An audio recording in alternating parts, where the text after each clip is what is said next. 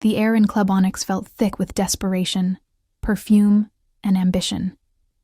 A combination that made my lungs ache as I balanced 4 martinis on my small serving tray. Bass pounded through the floorboards, vibrating up through my worn sneakers as I navigated the packed dance floor. 6 months of working double shifts at this high-end nightclub, and I still hadn't mastered the art of becoming invisible when needed. A drunk businessman swayed into my path, sloshing one of the drinks over my knuckles.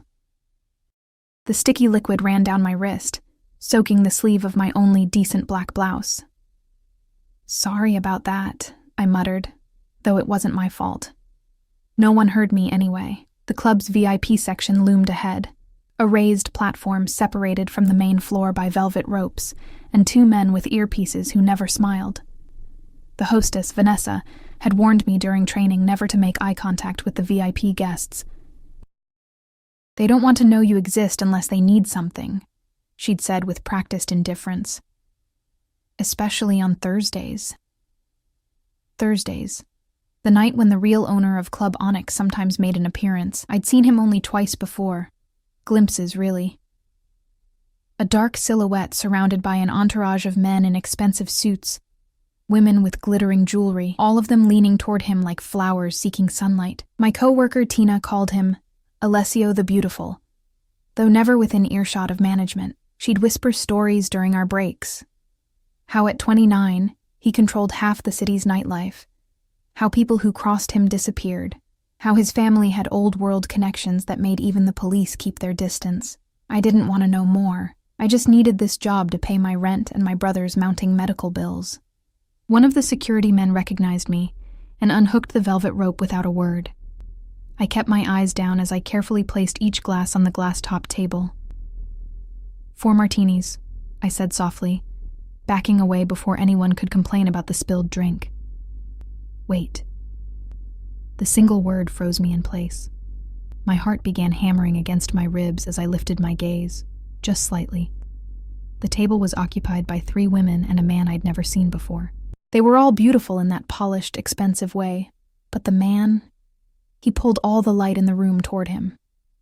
Dark hair swept back from a face that belonged on Renaissance paintings, sharp cheekbones, and eyes so dark they seemed to absorb rather than reflect the club's flashing lights.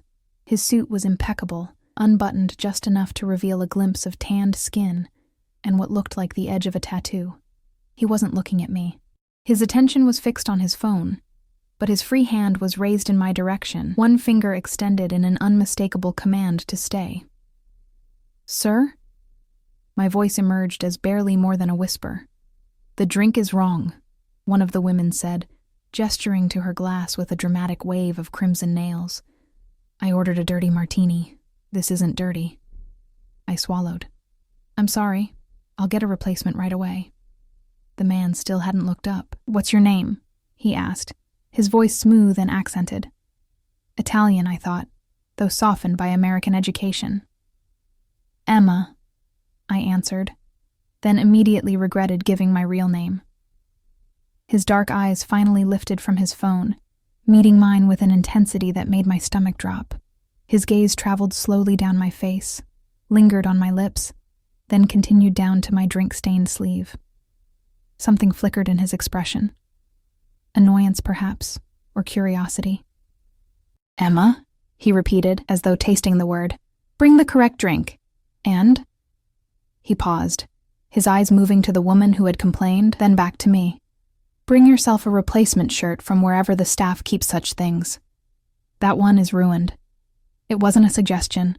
I nodded quickly and backed away, nearly bumping into another server in my haste to escape that magnetic gaze. In the staff room, my hands trembled as I changed into one of the spare uniform shirts. It was too tight across my chest, but I had no choice. Tina found me there, fixing my hair in the small spotted mirror. "You okay?" "You look like you've seen a ghost," she said, reapplying her lipstick. "I'm fine. Just had an encounter with a VIP," I replied, trying to sound casual. Tina's eyes widened. "Which one? Wait, is he here tonight?" I nodded, and she grabbed my arm. "Emma, listen to me. If it's who I think it is, be careful. Alessio Vitale isn't just any VIP. Dangerous, I know. Connected, blah blah. I said, attempting a laugh that sounded hollow even to my ears. Don't worry. I'm just replacing a drink, and then I'm back to my regular section. Tina didn't look convinced, but our manager appeared in the doorway, scowling. Martinez, break's over. Russo, there's a dirty martini order for the VIP section. Move it. The night continued in a blur of orders, drunk patrons and aching feet. I delivered the replacement martini without incident, relieved to find the dark-eyed man deep in conversation with someone new. A hard-faced older gentleman who seemed to command even more deference from the security staff. I slipped away unnoticed, returning to the relative safety of my assigned section. It was nearly 2 a.m. when things began to go wrong. The club was still packed, the dance floor a writhing mass of bodies. I was collecting empty glasses when I felt a hand clamp around my wrist. Dance with me, beautiful, a man slurred, his breath hot with whiskey against my ear. I'm working, sir, I said firmly, trying to pull away. Please let go. His grip tightened painfully. One dance. Don't be such a tease. I'm not a tease, I'm a server, I snapped, frustration momentarily overriding caution. And you're hurting me. This only seemed to amuse him. He was younger than I'd first thought, probably mid-20s, with the entitled air of old money. Feisty. I like that, he said, pulling me closer despite my resistance. Let go of my arm, I said, louder this time, looking around desperately for security. But in the packed club, with music blasting, no one seemed to notice my predicament. The man leaned in, his mouth uncomfortably close to my neck. I've been watching you all night, prettiest girl in this place, wasting time serving drinks. I tried to step back but bumped into someone behind me. The crash of breaking glass told me I'd knocked someone's drink from their hand. Perfect. Now I'd have to pay for that too. Sorry, I began, turning to apologize to whoever was behind me. The words died in my throat, standing just inches away, radiating a cold fury that seemed to create a bubble of silence around us despite the pounding music, was Alessio Vitale. Behind him, 2 of his suited guards watched impassively. Problem here? He asked, his gaze moving from my face to the hand still gripping my wrist. The drunk man's smile faltered. No problem, man. Just asking for a dance. Alessio's expression didn't change, but something in the air shifted, became charged with danger. She's working, he said quietly, too quietly for anyone but the 3 of us to hear. And she said no. Look, I don't want trouble, the man said, finally releasing my wrist. Didn't realize she was spoken for. A muscle in Alessio's jaw tightened. Dance with me, he said suddenly, his eyes finding mine. When I hesitated, frozen in confusion, he leaned closer, his lips nearly brushing my ear as he whispered, Dance with me. He'll see you're taken. And just like that, everyone around us stopped watching. It was as if an invisible barrier had formed, eyes sliding away from us as though it was dangerous even to look. The drunk man melted into the crowd, and Alessio's guards stepped back, creating a small pocket of space on the crowded floor. Before I could process what was happening, his hand was on my waist, warm and steady through the thin material of my shirt. His other hand took mine, and I found myself being guided into a slow dance that was entirely at odds with the fast electronic beat pulsing through the club. I should get back to work, I managed to say, though my body betrayed me by fitting itself against his with embarrassing ease. Your shift ended 10 minutes ago, he replied, his accent thickening slightly. Marco already cleared it with your manager. Marco must be one of his men. The casual display of power, rearranging my schedule without my knowledge, should have alarmed me. Instead, I felt a treacherous flutter of excitement in my stomach. Why are you doing this? I asked, my voice barely audible over the music. His dark eyes studied my face. Up close, I could see flecks of amber in their depths. Perhaps I don't like seeing my employees harassed, he said. I could have handled it. A ghost of a smile touched his lips. I'm sure you could have, Emma, but now you don't have to. The way he said my name sent a shiver down my spine. We moved together for several more beats, his hand warm and firm at the small of my back. I was acutely aware of how we must look. The club owner dancing with a nobody server in a borrowed shirt. People are going to talk, I said, suddenly anxious. Let them, he replied with casual indifference. It will keep you safer. Safer. The word hung between us, loaded with implications I wasn't ready to examine. The song changed, the beat becoming faster, but Alessio maintained our slower rhythm for a moment longer.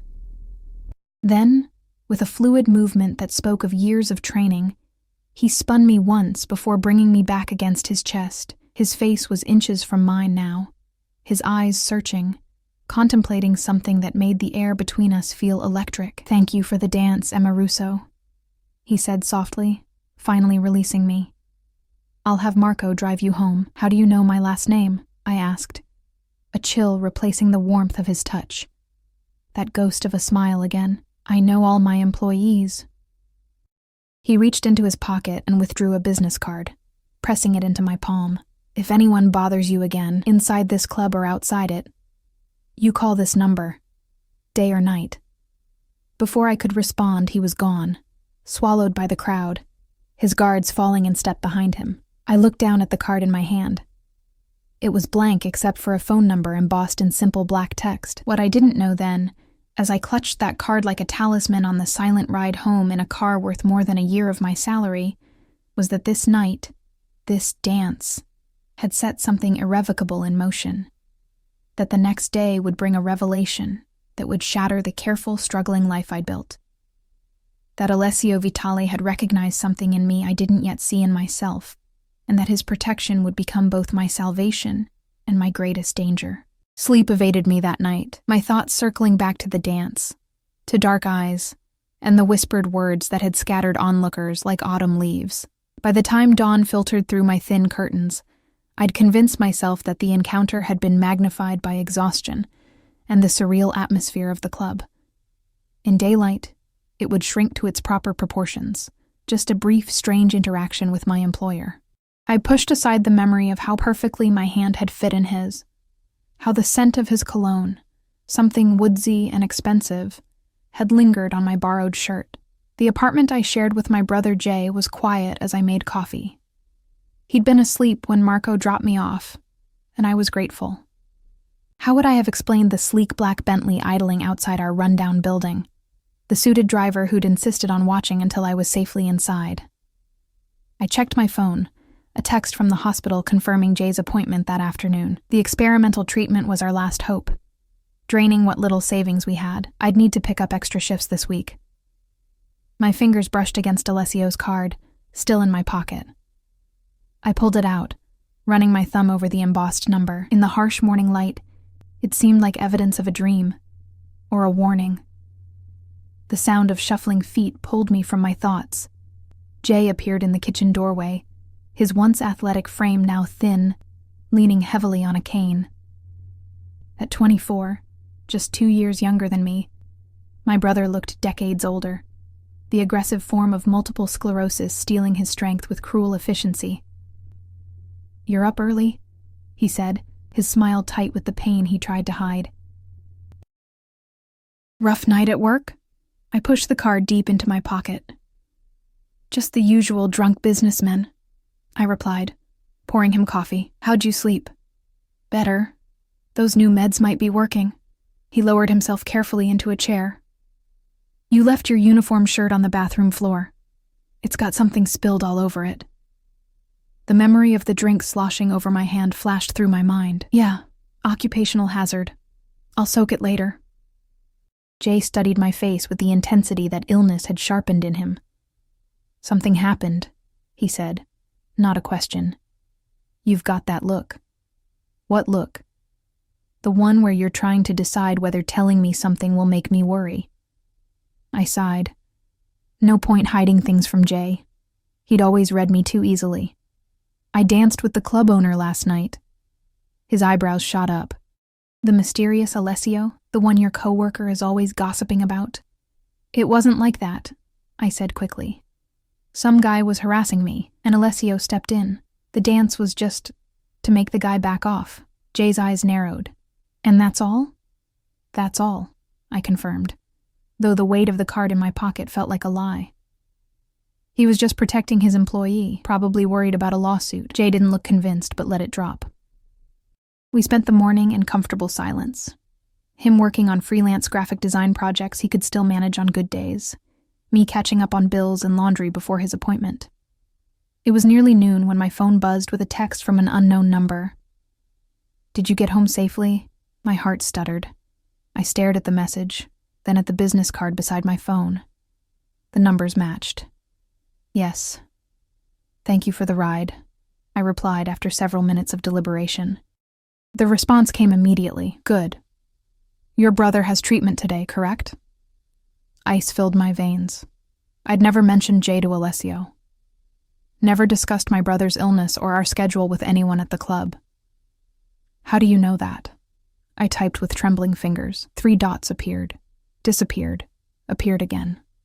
"Finally, I make it my business to know about people who interest me.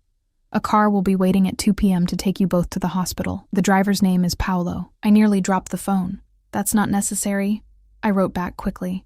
"It's already arranged. Paolo will wait as long as needed and bring you both home afterward." I stared at the message, unsure how to respond. The presumption should have angered me. But beneath the shock was a flicker of relief. The bus ride to the specialized clinic was long and painful for Jay, with 3 transfers and too much walking. "Why are you doing this?" I asked. This time the answer took longer to arrive. "Because I can. And because you looked tired last night, Emma. Let someone help you for once." The message hit too close to a truth I barely admitted to myself. How exhausted I was. How close to breaking under the dual burdens of work and Jay's care. But accepting help from Alessio Vitale seemed dangerous in ways I couldn't articulate. Before I could respond, another text arrived. "This isn't conditional. No strings. Just a car service when you need it." I showed the messages to Jay, who read them with an inscrutable expression. "What do you think?" I asked. He shrugged, wincing slightly at the movement. "I think that bus ride is killing me, Em. And I think you've been killing yourself trying to handle everything alone. But we don't know this man," I protested weakly.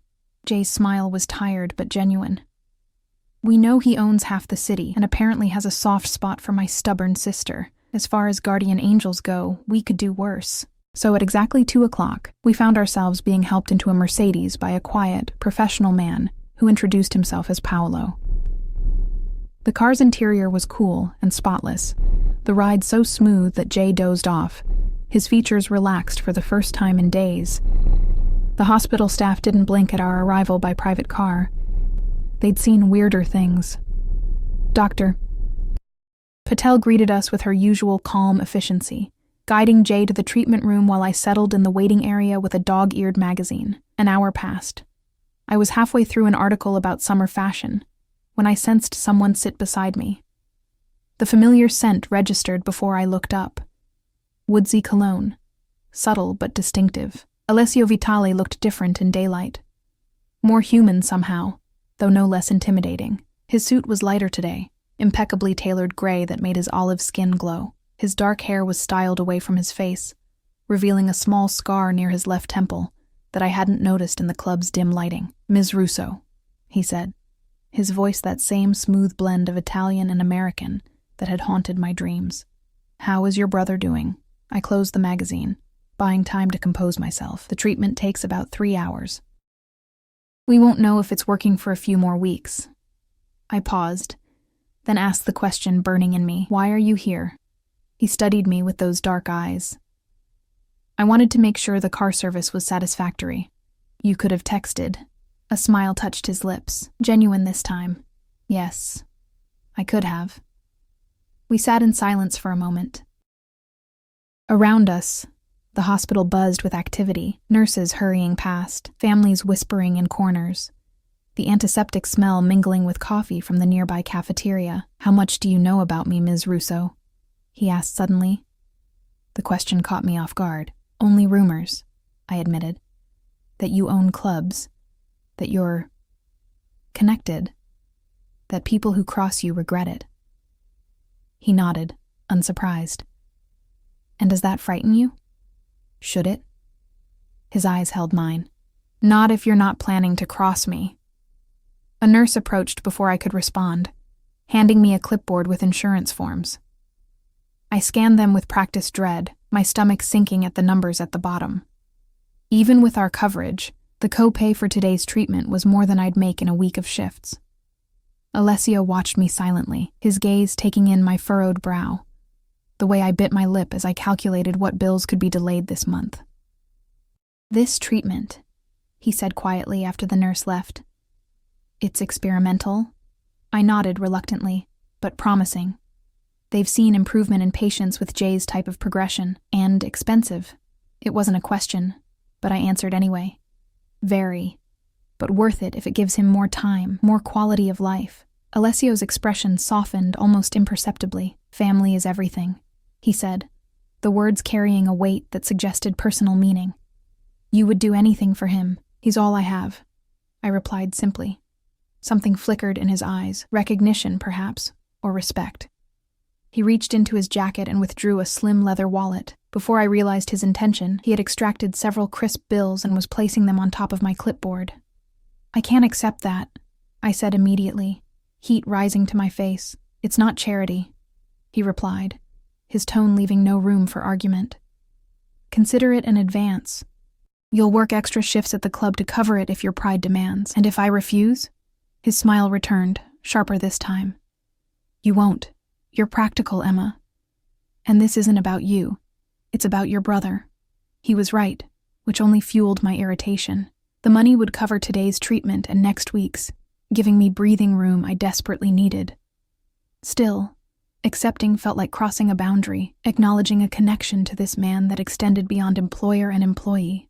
"I'll pay you back," I said finally, sliding the money into my purse before I could change my mind. "Every cent."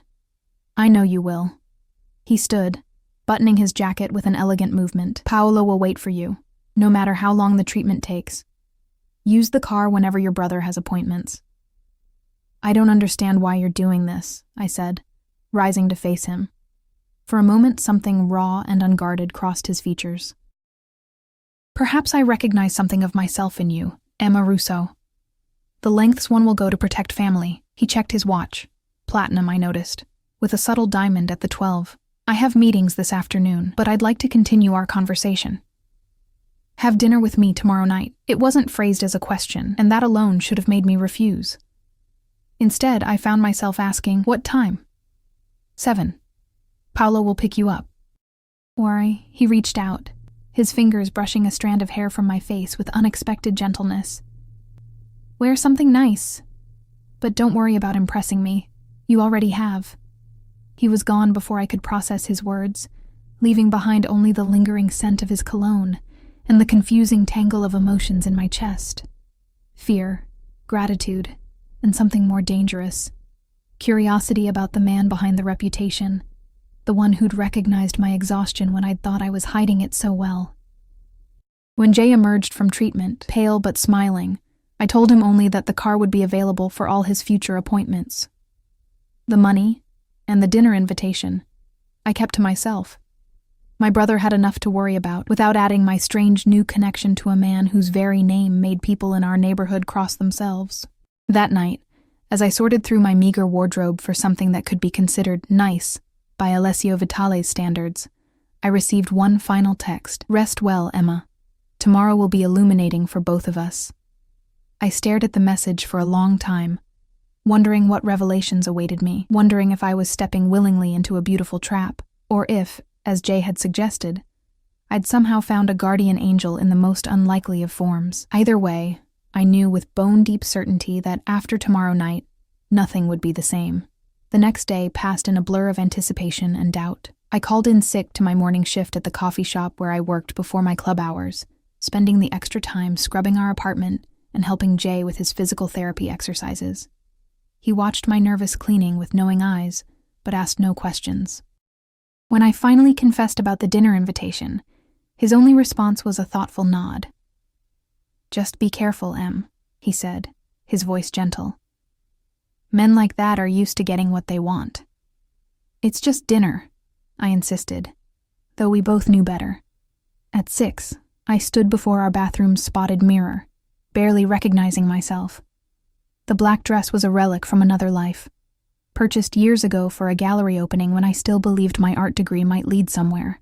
It was simple but elegant, with a neckline that hinted rather than revealed, and a hem that fell just above my knees. I'd swept my dark hair into a low chignon, applied makeup with a careful hand, and borrowed Jay's mother's earrings, small pearls that had somehow survived our many moves and financial crises. "You look beautiful," Jay said from the doorway, leaning on his cane, like Mom. The comparison brought unexpected tears to my eyes. Our mother had been dead for 5 years now, a sudden aneurysm taking her before she could see what had become of her children. One fighting a degenerative disease, the other abandoning her dreams to pay medical bills. "She'd be proud of you," I said, blinking back the moisture. "Of how brave you are." Jay's smile was sad. "She'd be proud of both of us. But she'd also tell you to live a little, Em. You've put your life on hold for 2 years now." Before I could respond, my phone buzzed with a text from Paolo. He was waiting downstairs.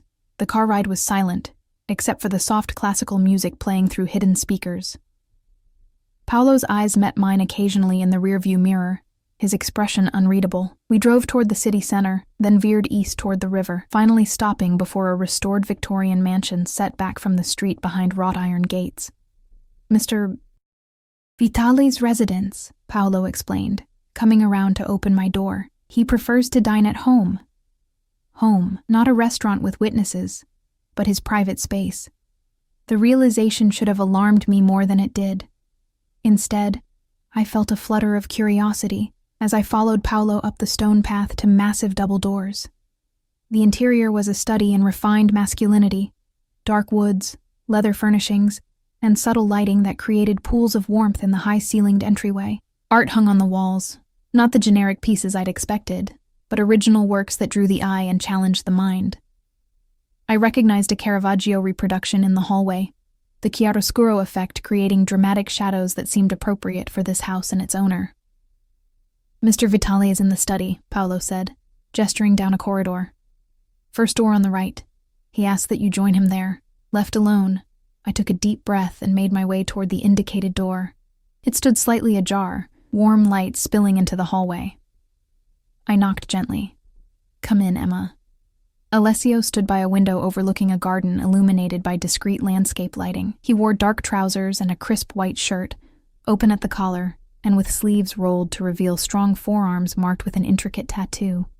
Something in flowing script that disappeared beneath the fabric.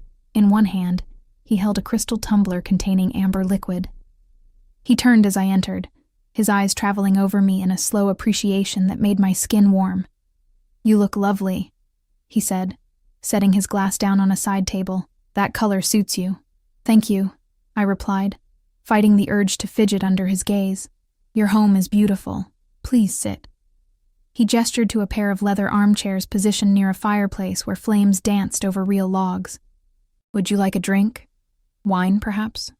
I nodded, grateful for something to do with my hands. "White, if you have it." He moved to a small bar cabinet and poured wine from a chilled bottle into a delicate glass. When he handed it to me, our fingers brushed briefly, sending an unexpected current up my arm. "You seem nervous," he observed, reclaiming his own drink before sitting opposite me.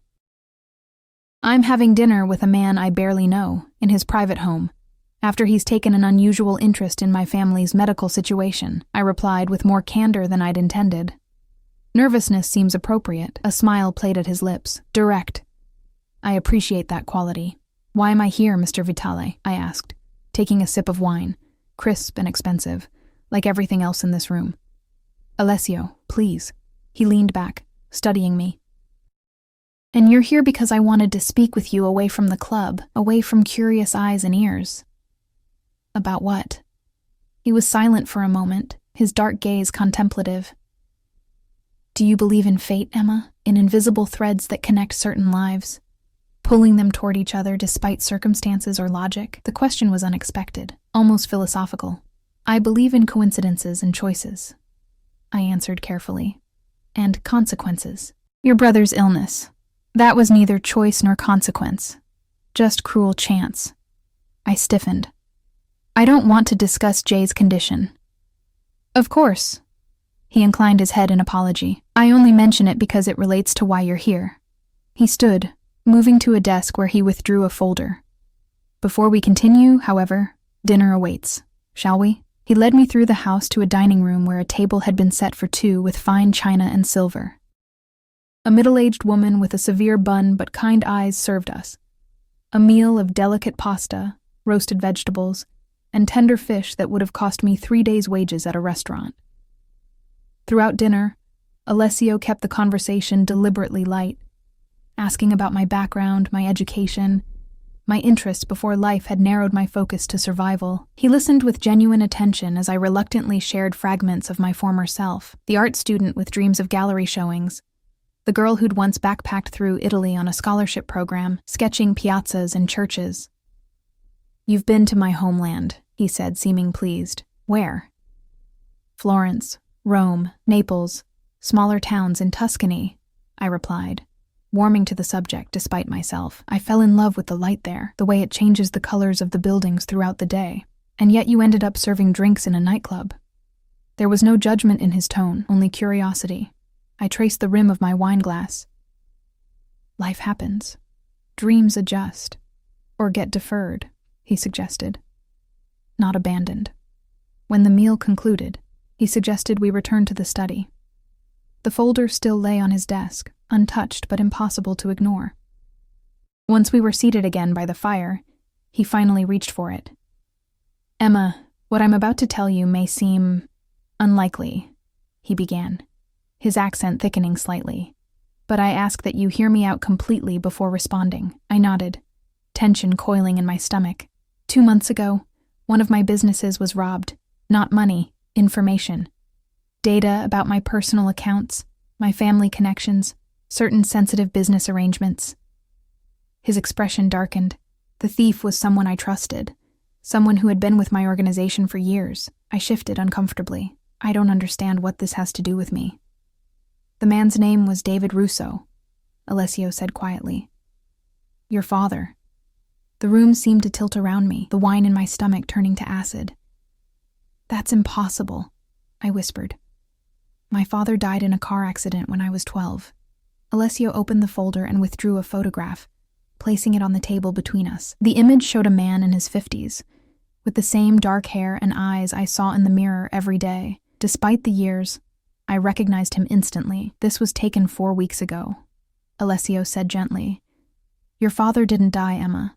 He abandoned your family and created a new identity. He's been working for me for the past 8 years as Michael Conti, my financial administrator. My hands trembled as I reached for the photograph.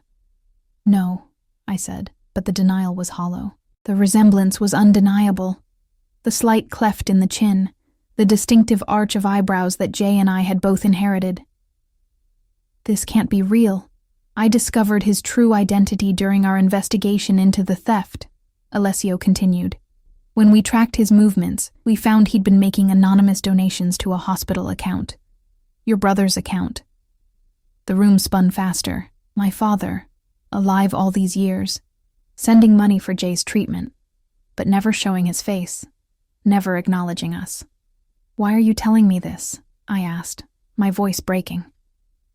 Alessio leaned forward, his eyes intent on mine. Because Michael, disappeared 3 days ago with the information he stole.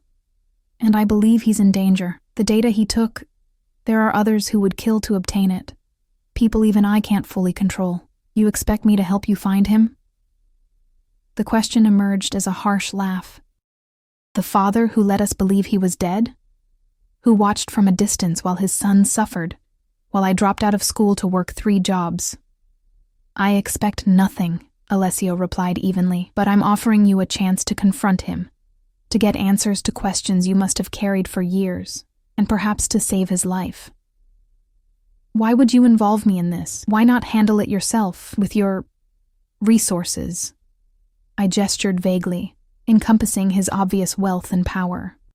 Because despite everything, he protected you and your brother in his way. Those donations kept your family afloat when your mother died, paid for experimental treatments insurance wouldn't cover. Whatever his reasons for disappearing, he never stopped watching over you. The revelation hit me like a physical blow. All those mysterious insurance approvals, the charitable foundation contributions that had arrived at critical moments. They hadn't been random acts of kindness from strangers. They'd been from the father who'd chosen to vanish from our lives. I don't owe him anything, I said, anger finally breaking through the shock. No, Alessio agreed. You don't. But I'm not asking for his sake, Emma. Then whose? Yours. His gaze held mine, surprisingly gentle. Closure has value, so does truth, no matter how painful. I stood abruptly, needing space, air. The weight of revelations pressing against my chest made it difficult to breathe. I need to think. It's too much. Alessio rose as well, keeping a respectful distance. Of course. Take all the time you need.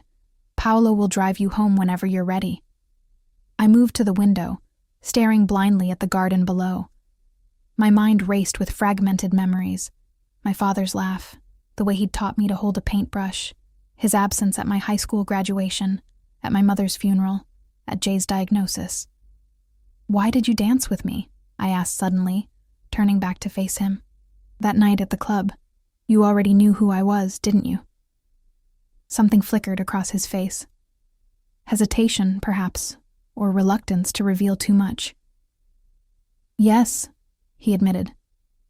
I knew your name, your connection to David. I'd been observing you, trying to determine if you were involved in his schemes. And was I? In your determination? No. The answer came without hesitation. You are exactly what you appear to be, a woman sacrificing everything for her brother, carrying burdens that would break most people. So the dance, the car service, this dinner, it was all to get to my father through me? Alessio moved closer, close enough that I could smell his cologne, feel the heat radiating from his body. It began that way, he said softly, a strategic approach to a potential asset. But the moment you looked at me in the club, something changed. The calculation became complicated. Complicated how? My voice was barely above a whisper. His hand rose to my face, fingers tracing the curve of my cheek with a gentleness that belied his reputation. I found myself caring about your welfare beyond its usefulness to me. It's not a feeling I'm accustomed to. Emma Russo. The admission hung in the air between us, charged with implications neither of us seemed ready to examine. His eyes dropped to my lips, and for a breathless moment, I thought he might kiss me.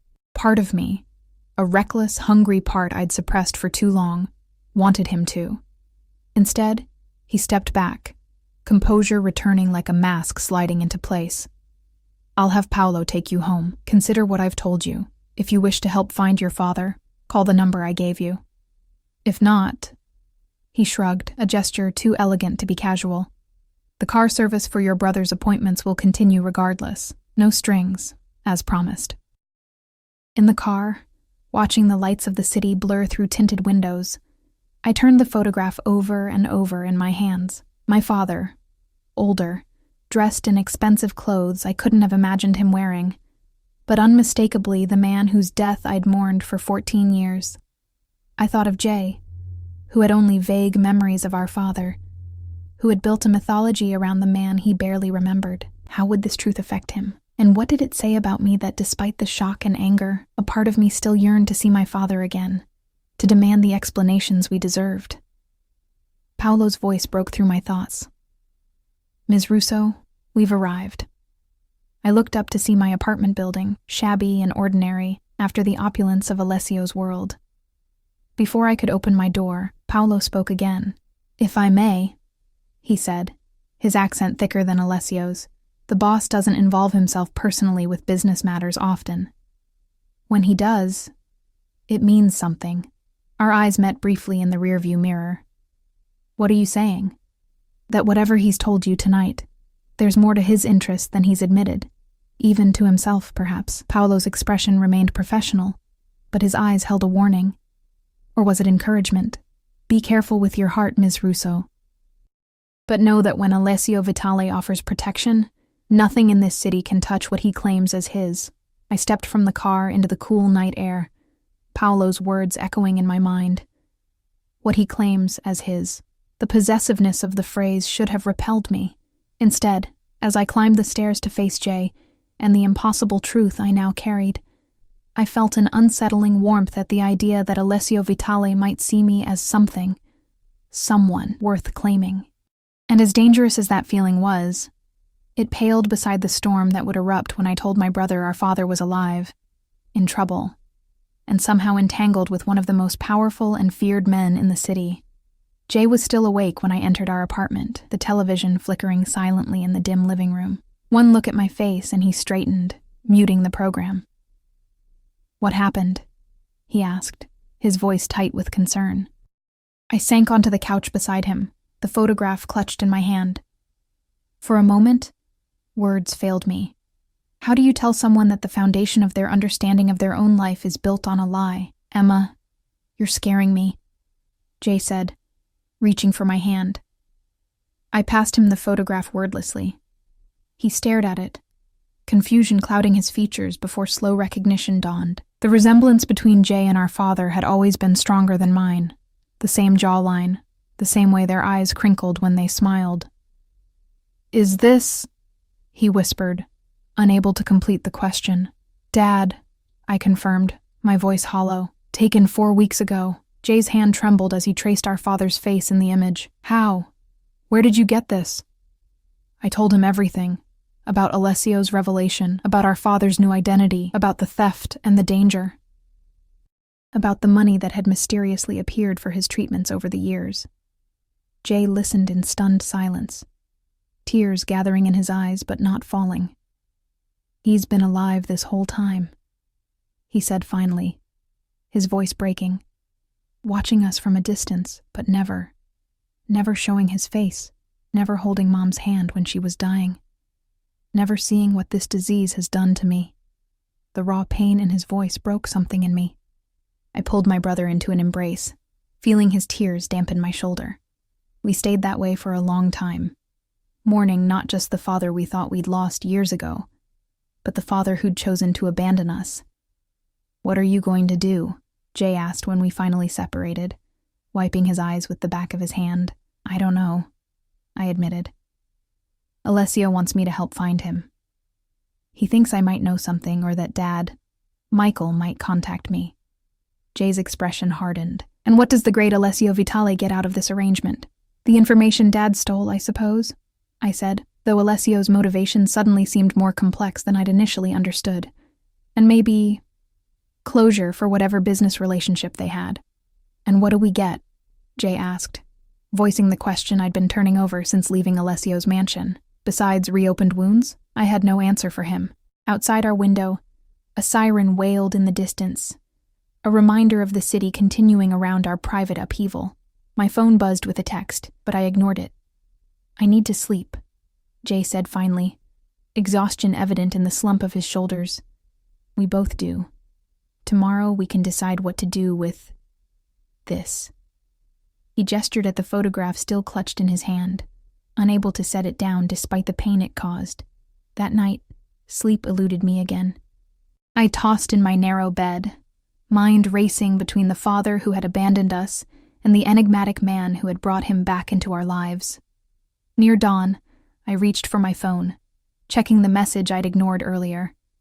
It was from Alessio. "I understand tonight was difficult. Take tomorrow off. The club manager has been informed."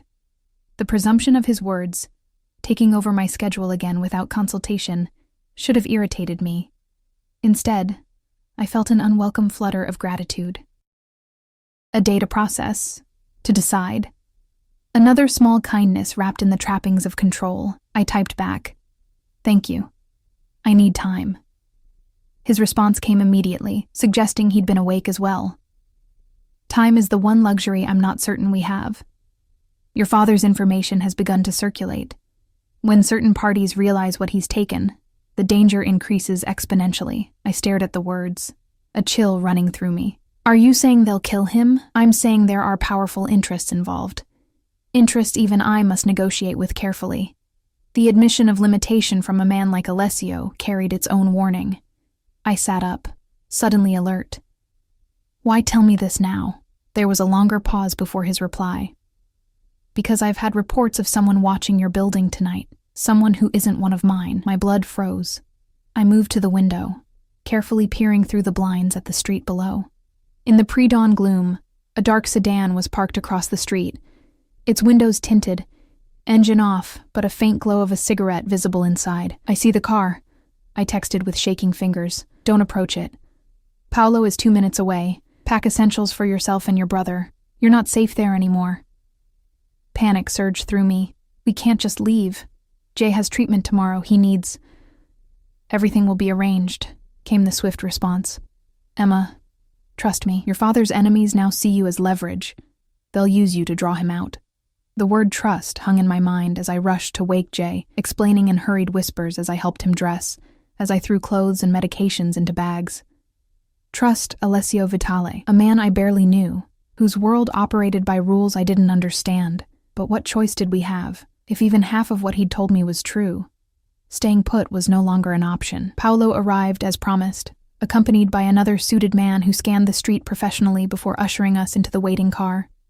Jay, pale and confused but trusting my judgment, leaned heavily on my arm as we descended the stairs for what I somehow knew would be the last time. "Where are we going?" I asked Paolo as we pulled away from the curb, the dark sedan still ominously present across the street. "A secure location," he replied, eyes constantly checking the mirrors. "Mr." Vitale's instructions were explicit. "You and your brother will be protected until the situation is resolved."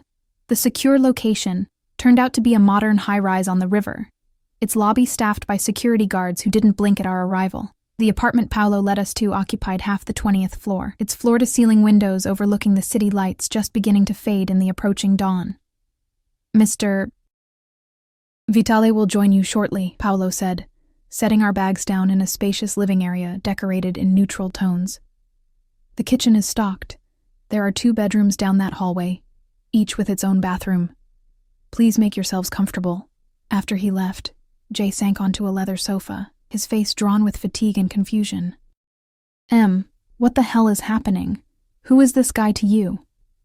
"I honestly don't know," I said, the events of the past few days spinning around me like a surreal dream. "My boss, maybe my father's enemy, maybe our protector. Or maybe he's using you to get to Dad," Jay suggested. "Always the more practical of us despite his illness." "Have you considered that?" I had, of course. But something in the way Alessio had looked at me, the gentle touch of his fingers against my cheek, suggested motives more complex than simple manipulation. Or perhaps that was exactly what a man like him wanted me to believe. The sun had fully risen by the time a soft knock announced Alessio's arrival. He entered without waiting for a response, dressed in another impeccable suit despite the early hour, his expression grave as he took in Jay's exhausted form on the sofa and my own disheveled appearance. "I apologize for the disruption," he said, his accent more pronounced than I'd yet heard it. "But it was necessary. The men watching your building are connected to a rival organization that has been trying to obtain the information your father stole." "And what exactly is this information?" Jay asked, his voice sharper than usual. "What was so important that it's put us in danger?" Alessio's gaze moved between us, assessing. "Financial data," he said finally. "Banking details, client lists, certain sensitive business connections. But more importantly, evidence of a mole within my organization who's been feeding information to my competitors for years." "And you think that mole is our father?" I said, the pieces falling into place. "I know it is," Alessio replied, his tone hardening slightly. "The question is who he's working for now, and what he plans to do with what he's taken." Jay leaned forward, wincing at the movement. "Why would he steal from you after 8 years? Why now?" A shadow crossed Alessio's face. "That is what I hoped your sister might help me understand." "I haven't spoken to him in 14 years, I reminded him. "I thought he was dead." "Yes, but he's been watching you. The hospital donations prove that much." Alessio moved to the window, gazing out at the city below. "People who maintain secret surveillance often leave patterns, traces. Has anything unusual happened recently? Unexpected encounters? Strange messages?" I started to shake my head, then paused, a memory surfacing. About a month ago, I got a card in the mail. No return address, just my name. Inside was a sketch of the fountain in Florence where I used to sit and draw during my study abroad. I thought it was from an old classmate. Alessio turned sharply. Do you still have it? It was in my apartment, I said, regret washing over me. I didn't think to grab it when we left. I'll send someone to retrieve it, he said, already reaching for his phone. After a brief conversation in rapid Italian, he returned his attention to us. Your brother's medical care will continue without interruption. I've arranged for a specialist to come here this afternoon. Jay's eyebrows rose. Here? A doctor is just going to make a house call to some random apartment? A small smile touched Alessio's lips. Dr. Patel has been generously compensated for the inconvenience. She'll bring the necessary equipment for your treatment. The casual display of power and influence, bringing medical professionals to private residences with a single phone call, was another glimpse into Alessio's world. A world where money and connections removed ordinary obstacles. And how long do you expect us to stay here? I asked, gesturing around the apartment. We have jobs, lives. Your jobs will hold, Alessio replied with that same calm certainty. As for how long, that depends on how quickly we can locate your father. And what happens when you find him? Jay asked.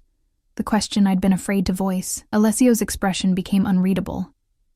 That depends on his willingness to cooperate. The implication hung in the air, cold and threatening. For the first time since meeting him, I glimpsed the man behind the polished exterior, the one who inspired fear with just his name. If you hurt him, I began. I have no desire to hurt David Russo, Alessio interrupted, his voice surprisingly gentle. Despite his betrayal, he served me well for many years. But the information he's taken puts many people at risk, including the two of you. Recovering it is my priority. Jay struggled to his feet, swaying slightly. I need to rest, he said, exhaustion evident in every line of his body. Emma can fill me in later. I helped him to one of the bedrooms, settling him on a bed more luxurious than any he'd slept on in years. When I returned to the living room, Alessio stood exactly where I'd left him, watching the city with a contemplative expression. You're using us as bait, I said quietly, closing the bedroom door behind me. Hoping he'll reach out, try to contact us now that we're in your custody. Alessio turned, something like admiration flashing in his dark eyes. Yes, he admitted. But I'm also protecting you from those who would use you in exactly the same way, with far less care for your well-being. The lesser of two evils, then, if you prefer to see it that way. He moved closer, close enough that I could see the faint shadow of stubble on his jaw, smell the now familiar scent of his cologne. But I meant what I said about caring for your welfare, Emma, beyond its usefulness to me. I held his gaze, searching for deception. Prove it. Tell me the whole truth about my father, what really happened 14 years ago. Why did he fake his death and abandon his family? Alessio's expression tightened. That is not my story to tell. Convenient, I said bitterly. No, respectful, he countered. Some truths can only be shared by those who live them. Your father owes you that explanation himself. Before I could argue further, his phone rang. He answered with a curt greeting, listening intently before his expression darkened. After a brief exchange in Italian, he ended the call. What is it? I asked, dread pooling in my stomach. Alessio's eyes found mine. Something like concern. Or was it possession? Flaring in their depths. Your father has made contact. He wants to meet. With you? With you. Alessio's jaw tightened. Alone. Absolutely not, Alessio said, his voice cutting through the stunned silence that had followed his announcement. It's too dangerous. I stood my ground, arms crossed over my chest. You don't get to decide that. He's my father. He's a thief who stole sensitive information and put a target on his own children's backs, Alessio countered, anger making his accent thicker. And now he wants you to meet him alone? It's a trap, Emma. For whom? I challenged. For me? Or for you? Alessio's jaw worked as he struggled to maintain his composure. 2 hours had passed since the call, and we'd been circling this argument with increasing intensity. In the bedroom, Jay was still sleeping, unaware of the new development. Think about it, Alessio said, modulating his tone with visible effort.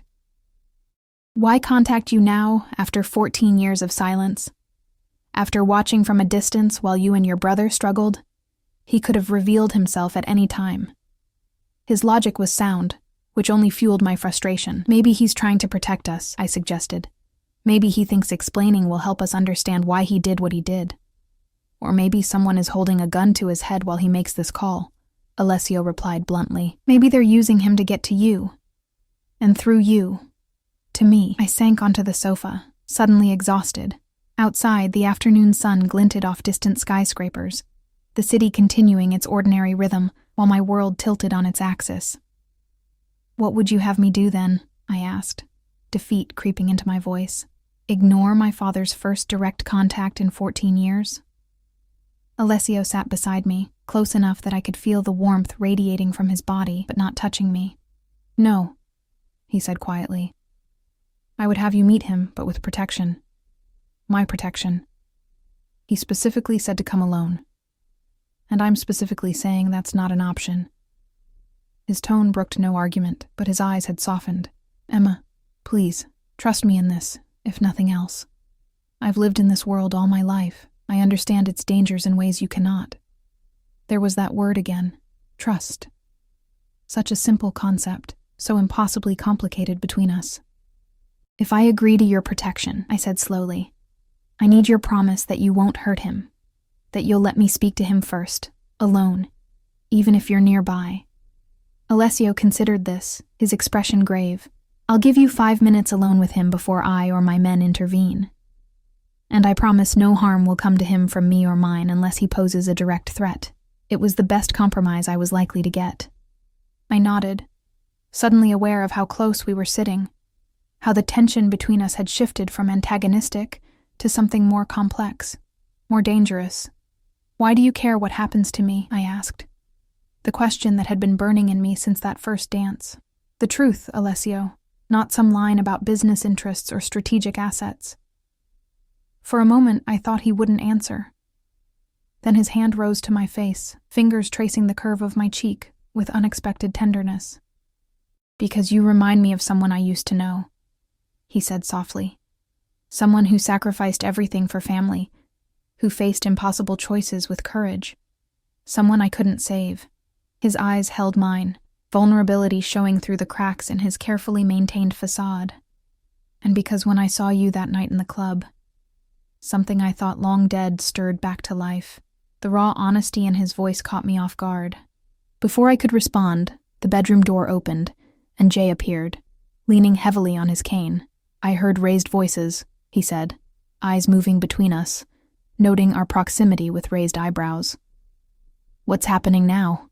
I explained the situation, while Alessio maintained a respectful distance, his expression once again composed. Jay listened without interrupting, his face growing more troubled with each detail. So our father, who's been playing dead for 14 years, suddenly wants a family reunion, he summarized when I'd finished, in the middle of whatever criminal mess he's created. And you're considering going? Put that way, it did sound insane. I need answers, Jay. My brother's expression softened. I know you do. We both do. But not at the cost of your safety. She will be safe, Alessio interjected, his tone leaving no room for doubt. I'll personally ensure it. Jay studied him with unexpected intensity. Why? What's my sister to you, Vitale? The question hung in the air, charged with implications neither Jay nor I had voiced aloud. Alessio met my brother's gaze without flinching. Someone worth protecting, he said simply. Jay held his stare for a long moment, before nodding once, a grudging acknowledgement.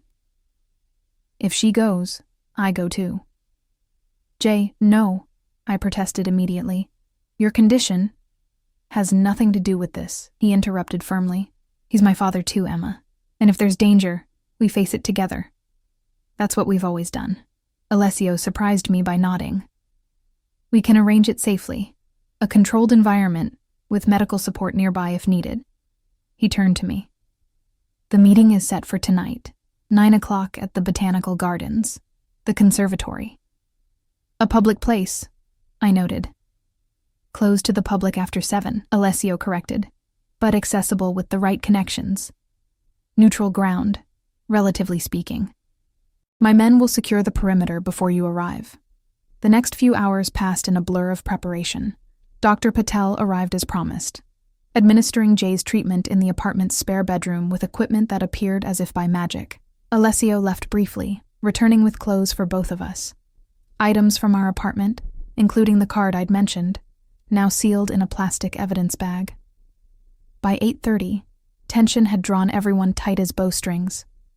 Jay sat beside me in the back of Alessio's car, his face pale but determined. Alessio himself sat across from us, speaking occasionally into his phone in rapid Italian, coordinating his men's movements with the precision of a military commander.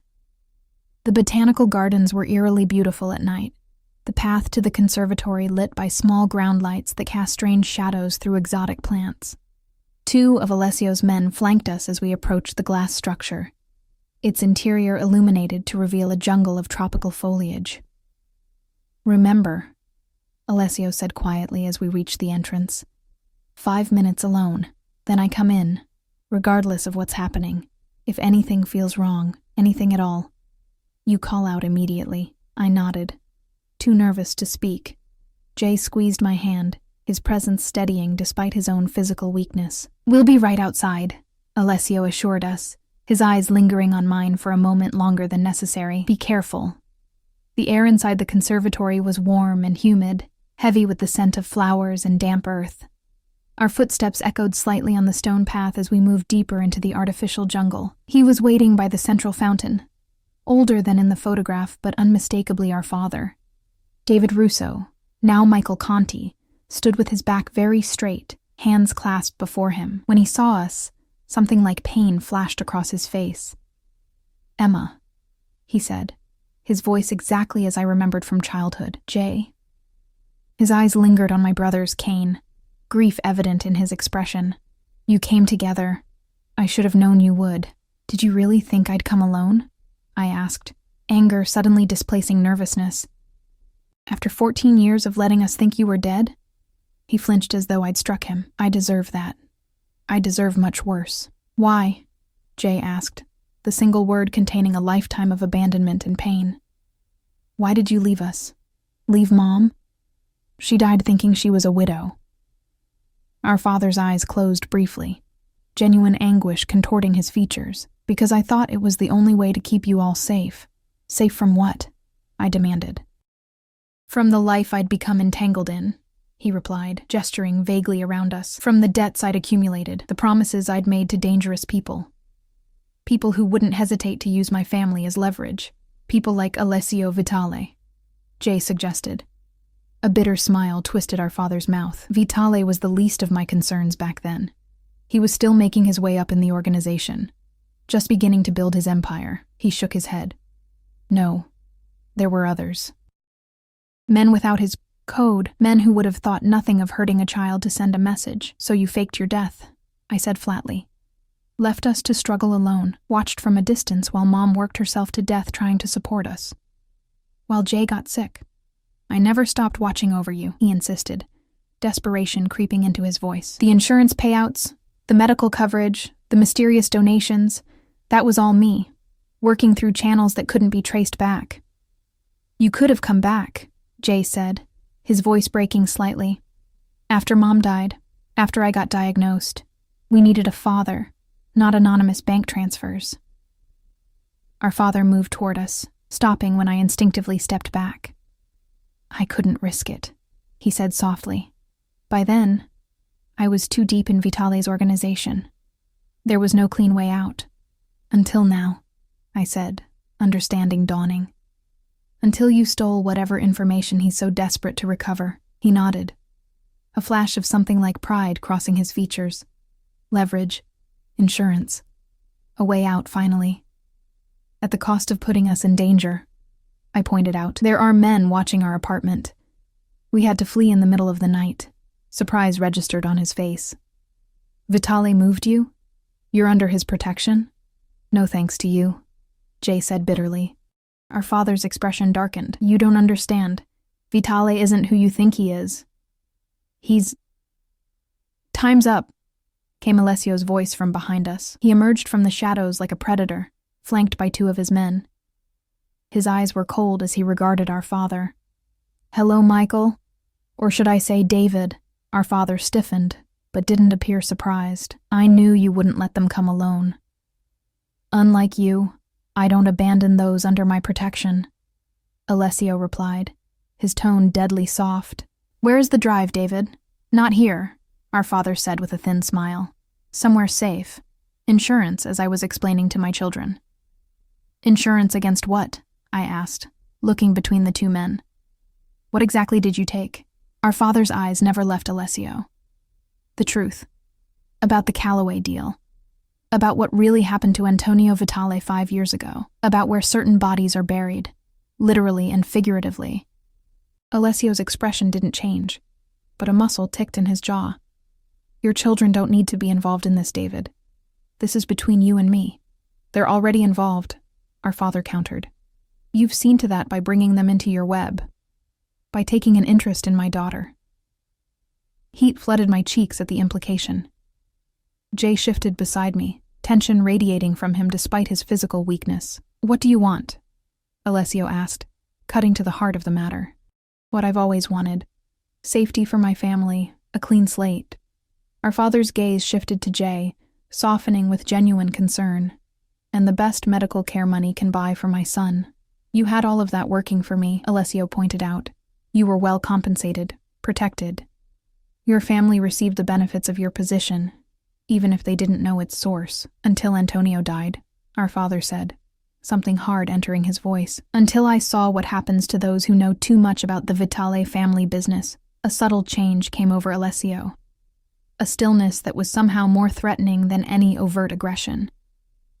Antonio was my brother, he said quietly. His death was investigated by the police and ruled an accident. We both know it wasn't, our father replied. I looked between them, sensing undercurrents I couldn't fully comprehend. Who was Antonio? I asked. My older brother, Alessio said without looking away from our father. He died in a car accident 5 years ago. The same accident that befell 3 other people who knew about Callaway that year, our father added. Quite the coincidence.